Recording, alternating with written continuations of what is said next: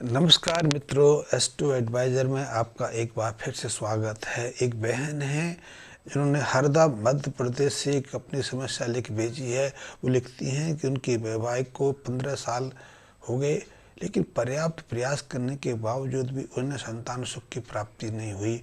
वो कई तरह के उपचार भी ले चुकी हैं, कई तरह के मंगतें मान भी चुकी हैं, फिर भी उनका जो कोख है, उनकी जो गोद है, वो संतान सुख से अधूरी है।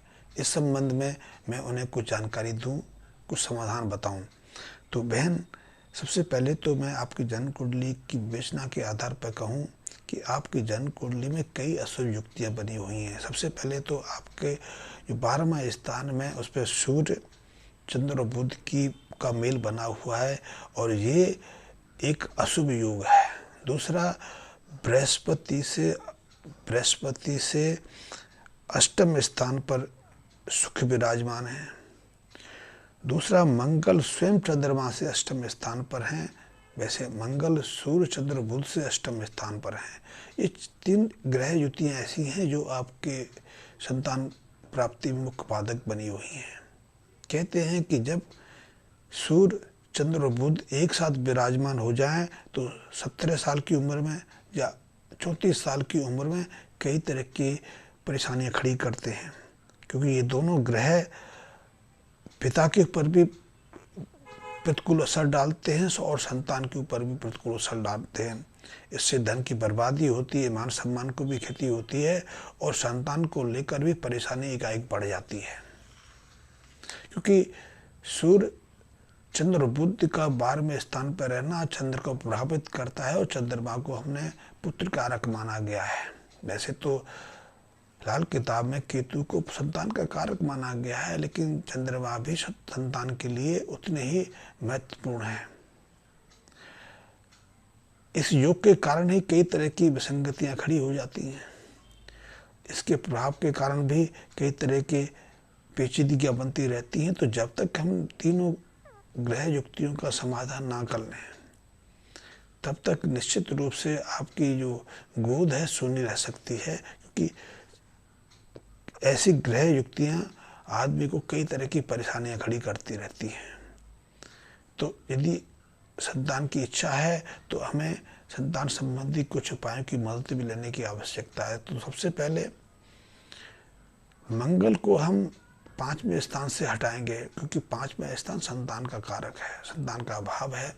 और इस संतान भाव में मंगल के बैठने से ही सबसे पहली जो विकृति है, सबसे पहली रुकावट आ गई। तो हमें, और मंगल चंद्रमा से भी अष्टम स्थान पर है, तो हम सबसे पहले मंगल को उसके 8वें स्थान से हटाने का, विस्थापित करने का प्रयास करेंगे। तो इसके लिए एक सहज सुंदर सा उपाय है कि आप अपने मायके से, अपनी माता के घर से 8 किलो के आसपास साबुत मूंग की दाल लेके आवें। वैसे कम ज़्यादा भी हो सकती है, लेकिन मेरी दृष्टि में लाल किताब के हिसाब से वो 8 किलो के आसपास होनी चाहिए। और उस जो आप अपनी माँ के यहाँ से साबुत मूंग की दाल लेके आएंगे, उस साबुत मूंग के द्वारा ही आपको ये लाल किताब का उपाय करना है। तो इसके लिए आप तांबे का कोई बर्तन, गागर लें या थाली भी ले सकते हैं। तो उसमें आप साबुत मूंग की दाल रखें थाली में, या यदि लोटा ले रहे हैं तो लोटे में आप लाल चंदन का साथिया बनावें और उस थाली को आप अपने पति के साथ में, वो दोनों यदि लाल वस्त्र पहन के मंदिर जाएंगे तो बहुत उत्तम है, अन्यथा आप अकेली जाएं, लेकिन आपके तन पर लाल वस्त्र होना चाहिए। और आपने थाली या तांबे का पात्र में साबुत मूंग की दाल भर के उसको मंदिर में चढ़ाना है। और ये काम नियमित रूप से 43 दिन करना है। लेकिन इससे पहले आपने एक लाल सूती वस्त्र लेकर उसमें कम से कम 4 किलो, ज़्यादा हो तो वो उत्तम है, कम से कम 4 किलो साबुत मूंग की दाल भर के उसको पोटली बना के एक सुनसान स्थान पर दबाना है। जब हम मूंग की दाल का इस रूप से प्रयोग करते हैं तो मंगल अपने स्थान से विस्थापित हो जाते हैं और 1 साल तक स्थापित रहते हैं। और इस दौरान निश्चित रूप से, आपकी मंगल अष्टम स्थान से विस्थापित हो जाएंगे तो संतान गर्भ धारण के योग बन सकते हैं। आप ये उपाय करिए। पहला उपाय तो आपने ये करना है। दूसरा कि आपने चने की दाल लेकर, चने की दाल में आप हल्दी की गांठ रख सकती हैं और चने की दाल और इन हल्दी की गांठों को नियमित रूप से अब जल प्रभाव करना, और ये उपाय भी आपको कम से कम 43 दिन जारी रखना है।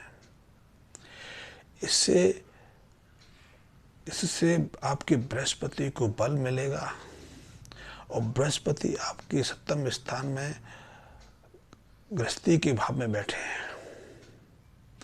जब बृहस्पति इस स्थान से विस्थापित होंगे तो पति पत्नी के अंदर आकर्षण शक्ति बढ़ेगी, प्रबलता बढ़ेगी, एक दूसरे के अंदर आस्था विश्वास की भावना बढ़ेगी। तो तब ऐसे में यदि आप एक दूसरे के संपर्क में आते हैं तो गर्भावस्थापन की संभावना बढ़ जाती है। वैसे लाल किताब में और ये व्यवहारिक चीज़ भी है कि विवाह के समय हमें पिता के घर से बहुत सारी चीज़ें मिलती हैं, लेकिन अब उन चीज़ों का हम ज़्यादा महत्व नहीं देते। विवाह में जब बेटी की विदाई होती है तो पिता की तरफ से, ससुराल की तरफ से पलंग और जो चादर, तकिए, गद्दे, सब बहुत कुछ दिया जाता है। तो उसका एकमात्र अर्थ यही रहता है कि उस पलंग पर जब हम प्रथम रात्रि में मेल करते हैं, सुहाग रात का जो दिन है उस पर करते हैं, तो उससे एक तो हम पति पत्नी के रूप में एक दूसरे से बहुत निकट आते हैं, एक दूसरे पर बहुत आस्था और भरोसा विश्वास करने लगते हैं। ये तो एक कार्य है, क्योंकि पलंग को लाल किताब में शनि और राहु का प्रभाव स्थल माना गया है। ऐसे में यदि ऐसे पलंग पर पति पत्नी या नव दंपत्ति सोते हैं तो वो निकट तो आते ही आते हैं, गर्भावस्थापन की संभावना बढ़ जाती है। क्योंकि आजकल ऐसा प्रचलन हो गया है कि हम उस पारंपरिक रीति रिवाज को छोड़कर अब तो महंगे महंगे पलंग ले लेते हैं, और चाहे वो पलंग हमारे काम आए या ना आए, चाहे वो पैक पड़ा रहे, जो हमें गद्दे, तकिए, सिरहाने, चद्दर आदि जो विवाह के समय अपने परिवार, अपने माँ बाप से मिलते हैं, हम उनका प्रयोग भी वर्षों बाद जाके करते हैं।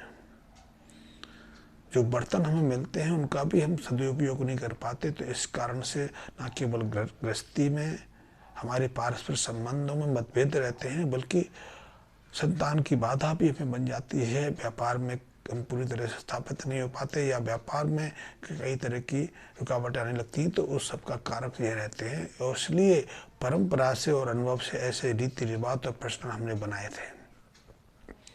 विवाह के समय जब नववधू का स्वागत जो अक्षतों के रूप से, चावलों के रूप से किया जाता है, उसके पीछे भी यही अर्थ होता है कि अक्षत जन की जो क्षत कभी नहीं हुआ, एक बीज से सैकड़ों बीज पैदा होते हैं कि अब ये नववधू इस परिवार की, इस वंश की बेल को बढ़ाने का कार्य करेगी। तो यदि हम ऐसे रीतियों से बचित हो जाते हैं तो निश्चित रूप से गर्भावस्थापन, गर्भ की संभावना में, संतान प्राप्ति में बाधा होती है। तो यदि हमसे ये भूल हुई है, क्योंकि अब तो वक्त 15 साल का निकल गया, लेकिन मैंने जो बताया कि आप माँ से साबुत मूंग लेके आ सकते हैं, आप अपनी माँ से कुछ चांदी लाके अपने शरीर पर धारण कर सकती हैं, लेकिन इस चांदी को बेचना नहीं है। बेचेंगे तो फिर अशुभता खड़ी हो जाएंगी। आप उस चांदी को अपने शरीर पर धारण कर सकती हैं, या फिर अपनी यहाँ अलमारी में आप पैसा रखती हैं, जेवर आदि रखती हैं, बहुमूल्य चीज़ें यहाँ रखी जाती हैं, वहाँ सुरक्षित इस चीज़ को रखें। इसके अलावा आप उन्हें शयन कक्ष में एक चांदी के बर्तन में काफ़ी मात्रा में, आपके लिए संभव ना हो तो नदी के से जल लाकर, नहीं तो उस पात्र में गंगा जल भर के रखें, और गंगा जल वाले पात्र में एक चौकोर टुकड़ा चांदी का भी डाल दें। ये कुछ सहज साधारण से उपाय हैं। इससे आपके जो गर्भाधान की संभावना, संतान प्राप्ति की जो इच्छा में कई तरह की रुकावटें रही हैं, वो मात्र इन्हीं उपायों से वैसे तो आजकल मेडिकल साइंस में बहुत कुछ है, IVF तकनीक वैसी बहुत सारी आ गई हैं, लेकिन वो भी ज़्यादा सक्सेस नहीं है कि जब तक ग्रह स्थितियाँ अनुकूल नहीं बन जाती हैं हम संतान सुख की पूरी तरह से प्राप्ति नहीं कर पाते। संतान भी प्राप्त हो जाती है तो सुख नहीं मिलता है, संतान बीमार हो जाती है, बीमार रहती है, पूरी तरह से विकसित नहीं होती, बहुत सारे कारण हैं। तो मैंने आपको बताया कि यदि आप संतान की इच्छा रखती हैं तो मात्र इन छोटे से उपायों को करके देखें। वैसे मेरे वीडियो में कुछ और भी जानकारी रहती है, यदि आपके अनुकूल आती हो तो आप उसको भी अपने जीवन में ढाल सकते हैं और इस तरह हम अपने जीवन को सुखद ही बना सकते हैं। और सुखद ही नहीं, हम आनंद से जी भी सकते हैं। ये थोड़ी सी चीज़ें हैं